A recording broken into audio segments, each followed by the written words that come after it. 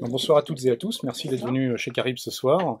On est extrêmement heureux d'accueillir Tariq Noumi pour la deuxième fois, Ah oui, c'est vrai. mais la première fois en tant que seul invité, puisque la première fois c'était pour un micro-festival qu'on a fait pendant quelques années qui s'appelait les Dystopiales, et où Tariq, qui n'était pas spécialement un auteur de science-fiction, Non. avait accepté de venir se mêler à cette faune un peu redoutable que sont les geeks fans de SF, mais ouvert, la preuve, puisqu'ils avaient beaucoup aimé Anne Opère à l'époque, Ouais, c'est qui vrai. venait de sortir.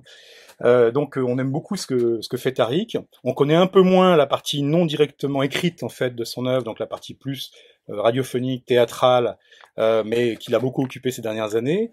Ouais. Et donc c'était en attendant des romans dont on nous murmure qu'ils sont dans les tuyaux. Je murmure, c'est tout. Non, non, j'ai entendu d'autres sources en parler également. Enfin, donc, et on est très heureux en fait de voir surgir ce texte, donc le deuxième sous ce format des éditions Sunsun. Et seuls les chiens répondent à ta voix, qui est un texte difficile à décrire, mais qu'on va écouter, qui est partie poème, partie pamphlet, partie étude anthropologique, hein, puisqu'il s'agit quand même d'essayer de comprendre en quelques pages ce que la voix peut, ce qu'elle ne peut pas, ce qu'elle peut réussir à faire, la façon dont elle peut être piégeuse, la façon dont elle sert à des choses magnifiques et elle sert aussi à des choses nettement moins magnifiques, notamment quand on pense à certains dictateurs qui ont des moustaches et des mèches un peu particulières. Donc il y a toutes sortes de personnages, en fait, certains très symboliques, d'autres plus justement emblématiques, qui hantent ce texte.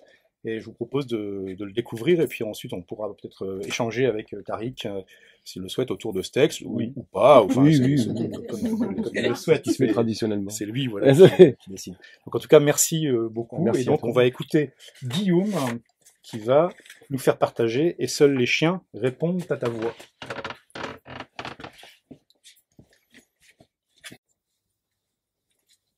Et seuls les chiens répondent à ta voix. Souviens-toi et n'oublie pas que seuls les chiens répondent à ta voix.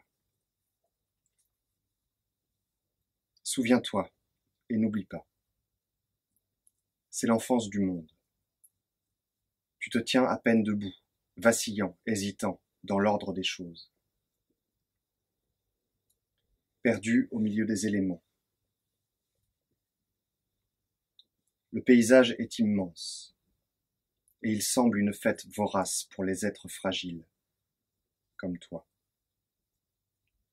Tu grognes et renifles, et grognes encore. Et seuls les chiens répondent à ta voix. Le temps passe. Le temps est un allié précieux lorsqu'on ne veut pas mourir dans les langes de l'histoire. Le temps passe, et seulement tu écartes tes lèvres, tu fais bouger tes mâchoires, comme tu l'as vu faire des bêtes à sang froid. Et tu cries. Et seuls les chiens répondent à ta voix. Tu es la pâture des astres au milieu de l'obscurité et du silence gêné de ton espèce, qui cherche sa place, pareil au chien qui se couche. Souviens-toi, c'est le commencement du monde, et nu, tu n'as rien à dire, et tu sembles un enfant qui cherche son nom dans les décombres de ses jeux. Tu es celui qui n'a pas droit à la parole, parce que la parole n'existe pas. Et pourtant, quelque chose se joue dans ta gorge et dans ton cerveau de mammifère. Debout, tu regardes au loin et tu inventes l'horizon, cette ligne qui recule sur tes pas qui avancent. C'est ton premier mystère et ça devient ton but. Cette ligne au fond, cette ligne sans existence réelle mais qui devient ton rêve. Ta voix commence à sortir des sons, tirés depuis tes peurs, depuis tes cauchemars au fond de la nuit, habités par des bêtes qui ne pensent qu'à réduire en viande la faible bête que tu es. Ta voix commence à sortir des sons tirés de tes combats à coups de pierres et de bâtons. Tu lances un cri dans l'obscurité. et seuls les chiens répondent à ta voix. Ta voix attise les premiers feux des temps premiers, et tu convoques des démons de mousson et de tonnerre. Personne ne vient lorsqu'il faut tenir son corps dans la terreur de l'ombre. Et seuls les chiens répondent à ta voix. Souviens-toi, c'est le début de ton histoire, et pourtant, tu n'as rien pour raconter ce moment. Il n'y aura aucun témoin pour dire et raconter comment tu te serrais contre ton voisin, à chercher la chaleur d'un corps aussi nu que le tien. Tu n'as presque rien dans ta gorge, pas un mot, rien dans ta tête, et tes pas qui avancent vers cet horizon qui recule, et des images faites des lambeaux de viande et des sangs amassés à la chasse et au combat. Tu n'as que l'intelligence de la chair, faite de cendres et de sacrifices maladroits, faits à des dieux de bois, de pierres et de plumes. Tu n'as que l'intelligence de celui qui se tait en attendant sa proie. Tu voudrais des mots puissants, mais rien ne vient. Il n'y a que des échos qui partent, se propagent et meurent. Aucune bête ne te craint. Tu te tais et tu espères. Et seuls les chiens répondent à ta voix. Maintenant le temps passe.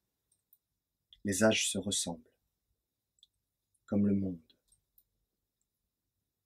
Tu pourrais avoir 15 ans, et petit à petit, ta voix amasse ses forces dans ta poitrine épaisse.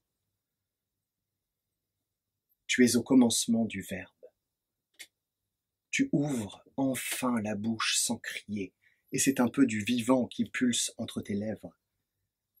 Et ta voix devient le petit orgueil de ton espèce. Et seuls les chiens répondent à ta voix. Maintenant tu voudrais diriger et ordonner et nommer ces choses qui t'effraient, te terrorisent et t'empêchent de rêver. C'est le temps des sacrifices, de la pierre et de l'or. C'est le temps des cœurs écorchés dans ta main droite et du couteau d'obsidienne dans ta main gauche. C'est le temps des masques et des dieux affreux peints au sang sur les parois des temples. Tu te tiens droit devant le ciel, le torse ouvert aux éléments. Tu n'as peur que de ta parole. Et tu chuchotes aux dieux. Et seuls les chiens répondent à ta voix. Maintenant, le temps passe.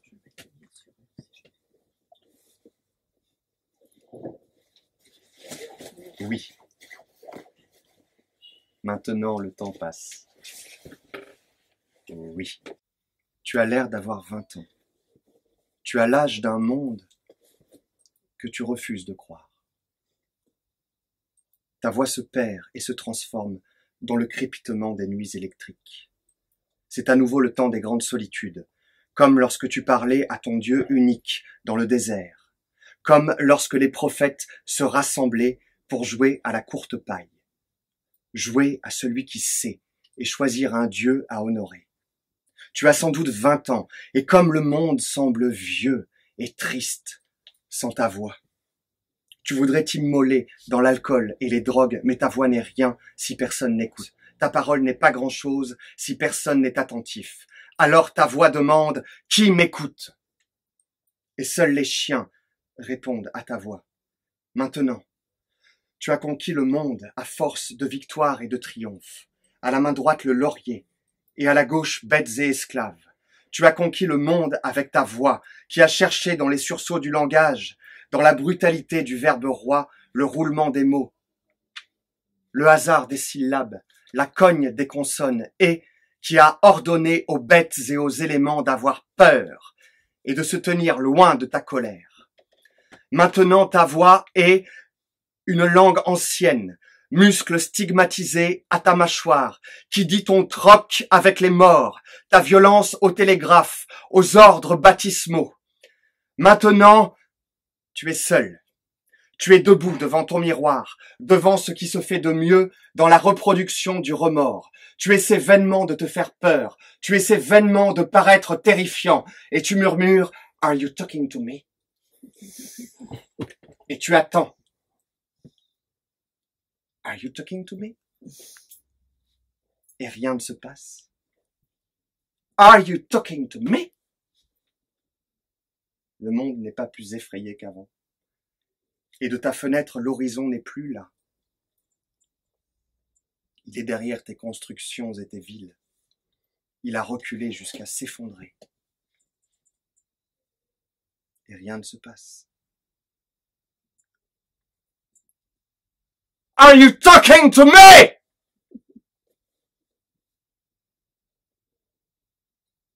Ta voix tangue, de la bouche de l'un aux oreilles de l'autre. Ce sont tes paroles qui s'échangent maintenant sur les places boursières des grandes capitales. Ce pourrait être de vieux tickets de rationnement ou des lettres d'amour, qu'importe. Ta voix n'est qu'un leurre, une comptine mal foutue pour ces dimanches froids où tu te souviens d'avoir vu le diable assis à ta place. À moins que ce soit l'un de tes amis de passage, ou une femme, ou un chien. Le diable, tu le sais, n'est pas regardant sur son apparence, et tu demandes encore « Are you talking to me ?» Et seuls les chiens répondent à ta voix. Tu te souviens maintenant, tu as 40 ans, tu as 50 ans, et pour le monde, c'est le temps des grandes révolutions. Tu aimerais ne plus vieillir, ne plus sentir l'ordre et le désordre, succomber à la maladie, à la douleur de vieillir. Tu aimerais ne plus vieillir, et tu portes le fardeau du sens et du langage. Ta voix demande, et personne ne vient. Et seuls les chiens répondent à ta voix. Tu tiens ta parole comme un étendard, tu la tiens plantée en plein dans l'ombilic de ton existence.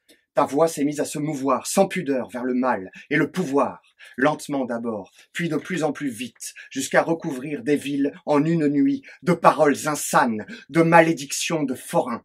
Maintenant, ta voix ordonne, ta voix ment et parle de miracles et de mirages pour ton peuple pauvre, élevé dans le cœur d'une génisse, ton peuple pauvre en bras de chemise, ton peuple pauvre et idiot, friand de symboles et de chants absurdes, de marches brutales et de rangs serrés.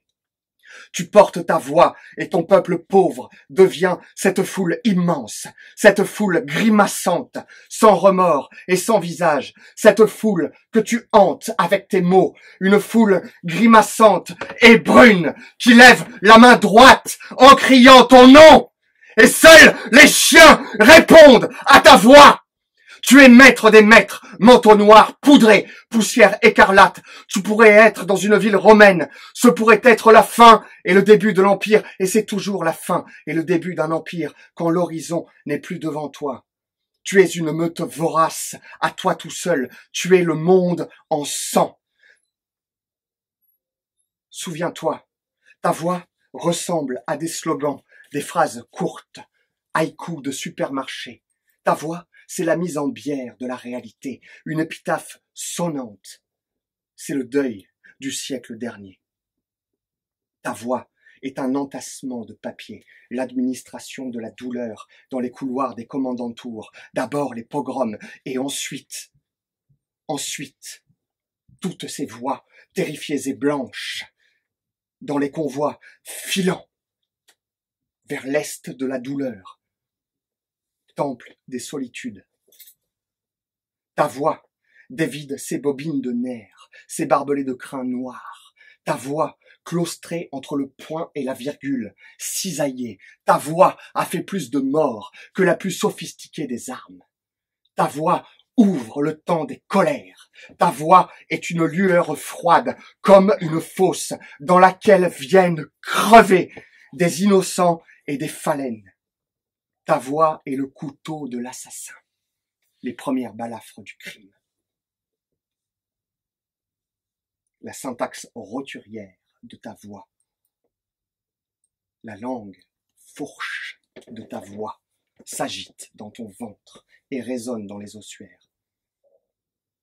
Et tu parles dans le pouls d'une fleur sanguine. Ta voix dans la nuit ouverte avant la nuit. Ta voix invente et amasse un tas de paroles censées faire l'histoire. Ta voix fait tomber 10 plaies comme on fait tomber un enfant d'un arbre. Une désolation vorace. L'inventaire de ce que ta voix a rendu désert est sans fin. Et pourtant, seuls les chiens répondent à ta voix. Seul reste l'œil cave de ton soleil ventru. Tu es carapace cireuse sous le ciel. Ta voix tente de pardonner. Ta voix récite des chants d'apothicaire. Mais il n'y a pas assez de compassion dans cette voix pour refaire l'enfance. Et seuls les chiens répondent à ta voix. Plus tard, te voilà seul. Ou lâche, c'est comme tu préfères. Et ta voix est devenue plus assurée, de cette assurance qui ne supporte plus le doute, qui ne supporte plus l'infirmité du monde. Tu parles et tu es seul. C'est le temps des grandes défaites et des suicides au cyanure, dans des bunkers de béton sale. Tu parles avec cet élan grave d'une suicidée au bord d'une falaise, et tu as raison, tu es un suicidé au bord de l'horizon. Et seuls les chiens répondent à ta voix. Et dans l'odeur d'essence, de chair et de papier brûlé, tu parles, maintenant avec des mots savants, compliqués et ennuyeux. La pharmacopée du verbe grésille dans ta bouche, et tu expliques et racontes comment tu peux réparer les massacres et tes violences avec d'autres massacres et d'autres violences. Et seuls les chiens répondent à ta voix. Et des hommes et des femmes jettent des ordures à tes pieds, te crachent au visage, et tu parles. Et ta voix fait des encoches dans la réalité, fantômes hurlants, transportant tes restes jusque dans les endroits les mieux protégés, les plus clos. Ta voix est une limaille ardente. Tu ne te relèveras pas de ta voix. Ce monde ne se relèvera pas de ta voix. Et tu parles, et tu ordonnes, et personne n'écoute, et seuls les chiens répondent à ta voix. Maintenant, c'est le temps des vieillesses. Ta bouche est dentée, malade de paroles malades et de promesses de comptoir. Ta voix résonne encore un peu dans ce qui te reste de vie, dans cette ammonite fripée qui te sert de corps. Ta voix s'étouffe dans tes viandes lasses. Et seuls les chiens répondent à ta voix. Tu es vieillard et finissant, enlisé dans une soufrière de silence. Ta voix est une géode écorchée, tenue dans les plis de tes remords. Une balle de chair, blanche, exsangue, estampillée d'un signe de nerf épais, presque bleu, presque noir. Tu es, gale des profondeurs, tu es, dans ta solitude adipeuse, tu es un vieillard, gluant de peur, tétanisé dans le sulfure du jour. Tu mâchouilles, marmonnes, et seuls les chiens répondent à ta voix. Maintenant, et enfin, tu meurs, et tu es mort. Et maintenant, c'est le silence qui habite ta demeure.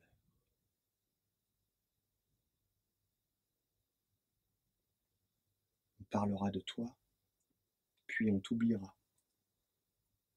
À peine un nom, puis plus rien. Et partout, encore, on fait et défait des gouvernements avec des paroles d'un siècle ancien. D'autres voix fabriquent des suaires pour les démocraties. D'autres voix comme des tisserands malades, courbés sur leur métier, à chuchoter des psaumes. D'autres voix d'ogres. Il y aura toujours d'autres voix, pleines de fureur. Le monde ancien, comme tout ce qui est ancien, doit disparaître. Gémir encore une fois et disparaître. Oui, et seuls les chiens répondent à ta voix. Souviens-toi, et n'oublie pas que seuls les chiens répondent à ta voix. Souviens-toi, et n'oublie pas, c'est l'enfance du monde.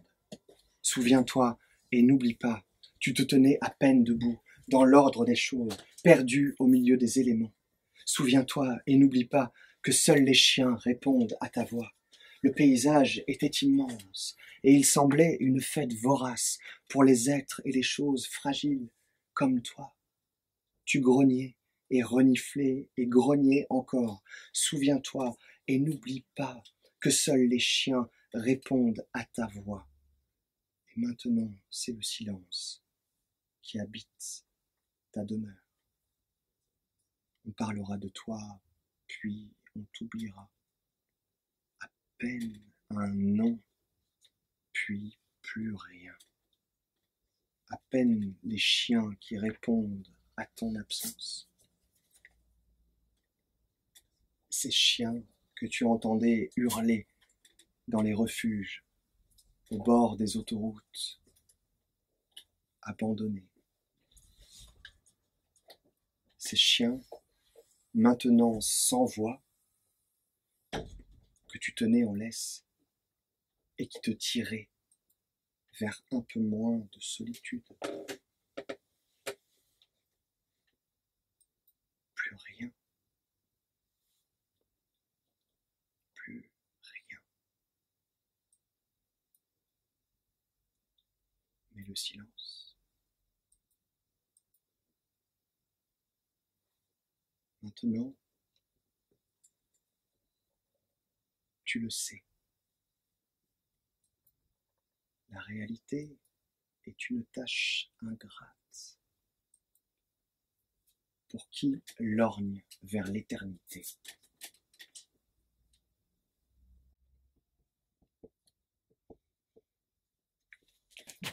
Bon,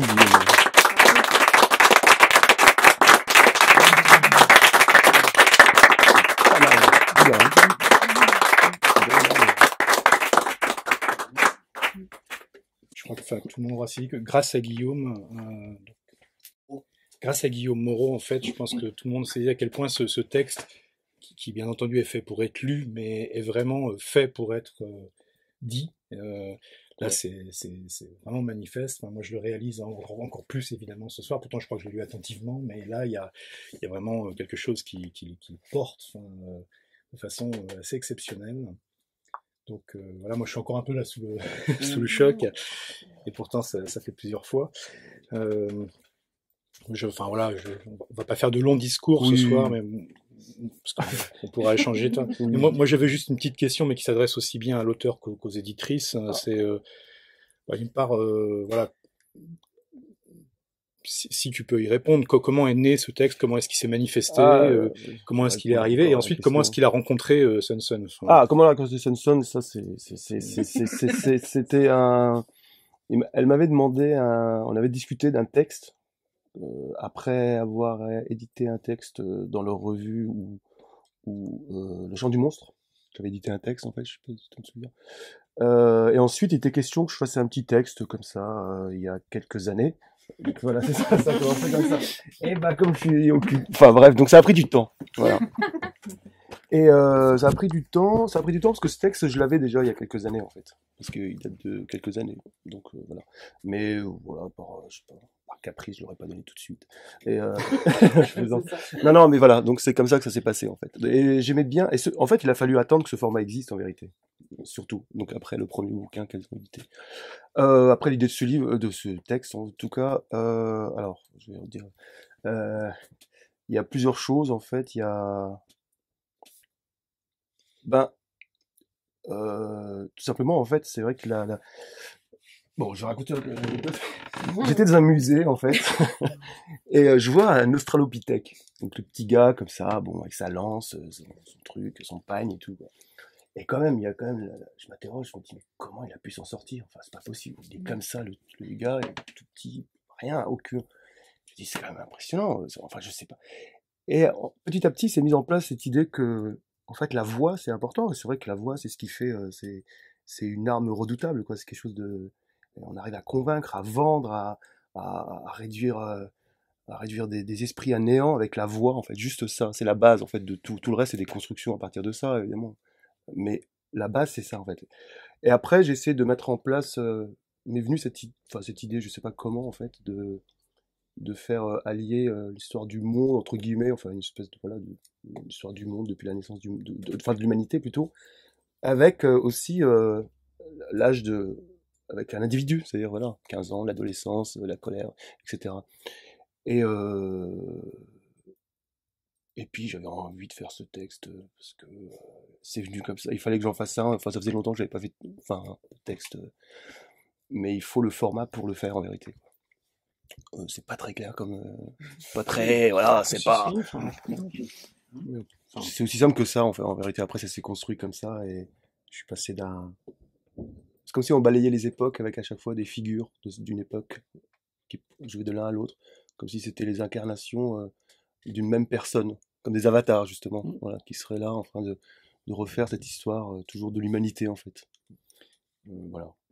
Justement, mais sur ces variations en fait autour de la voix, même s'il y a un fil conducteur qui est extrêmement fort, effectivement, tout au long de ces pages, et ce qu'a magnifiquement rendu Guillaume Moreau, c'est la variation de registre en fait entre le chuchotement, la tendresse, la hargne, la colère, l'emprise. Enfin, comme tu disais, effectivement, bon, j'avais pris l'exemple effectivement parce que c'est l'un des plus spectaculaires, mais c'est pas le seul. Enfin, effectivement, de la voix du dictateur et des discours de captation en fait, enfin, et de viol des foules, enfin, par la voix, enfin, et pas seulement par tout ce qui va avec aussi, mais il y a cette façon de le rendre, d'y mettre une rythmique en fait, donc en jouant évidemment sur les phrases leitmotiv, sur la phrase titre. Hein.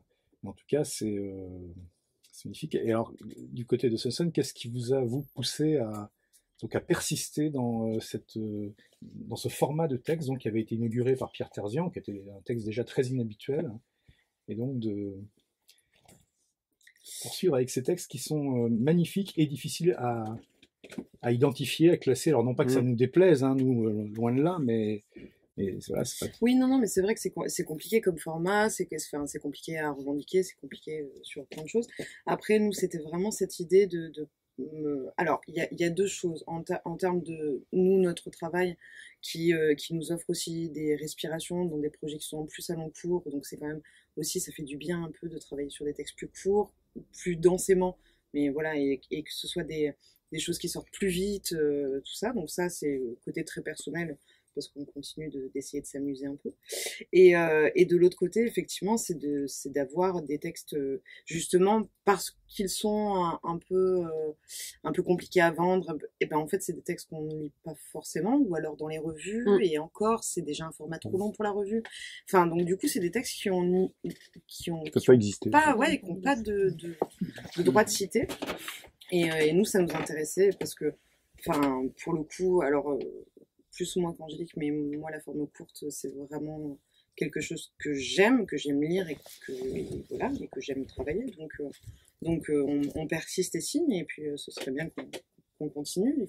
Il faut des textes très forts, c'est un peu ça la contrepartie, c'est qu'il ne faut pas qu'ils soient moyens, il ne faut pas qu'ils soient faibles sur 2 pages, ça marche pas. C'est que du coup ce format-là, moi ce que je trouve intéressant, du coup, que ça existe en tant qu'objet en soi et que ce soit effectivement pas destiné à une revue, etc., que ça existe vraiment en soi, c'est que ça permet enfin, nous, c'est ce qu'on s'est dit, c'est que ça nous permet de répondre à une problématique du réel, voilà, à un moment donné, sans que ce soit forcément catégorisé comme texte engagé, ou politique, ou militant, ça arrivera peut-être, hein, on n'est pas fermé, mais bon, en tout cas, poser des questions plus universelles, a priori, et qui, voilà, ça a été le cas avec les 2 textes, avec le Terzian qui répondait plus à, une problématique, enfin, à un événement précis, mais qui va au-delà de ça, et celui-là qui, pour le coup, est complètement intemporel, et qui, du coup, répond quand même à une problématique du réel. Ouais, je crois qu'effectivement, enfin, moi, c'est une des choses qui me frappait entre les 2 textes, comme une sorte de correspondance ou d'écho, enfin, qui correspond probablement à votre recherche, c'est des textes qui ne sont pas militants, mais sont éminemment politiques. Ouais. Et donc C'est vraiment, il y exactement a quelque chose de très fort dedans.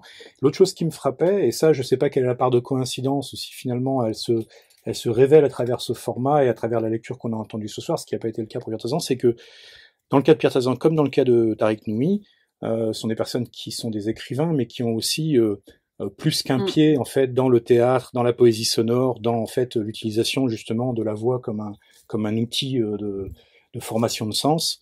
Et je me demandais voilà si c'était finalement une coïncidence ex post. Il se trouve que ces deux premiers textes, ou s'il y a quand même quelque chose derrière. Alors, je sais pas si ça a vraiment rapport avec le format, parce qu'en fait, c'est dans les textes.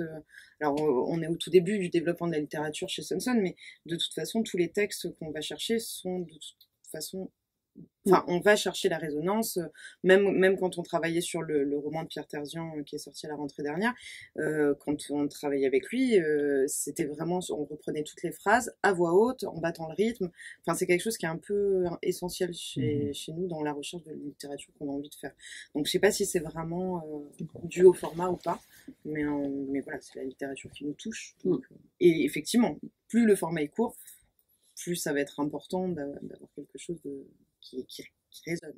Si c'est vrai que le son et le rythme sont des deux choses qui étaient déjà extrêmement présentes dans beaucoup de vos choix pour le chant du monstre de toute façon. Par exemple. C'était déjà là à la base. Ouais.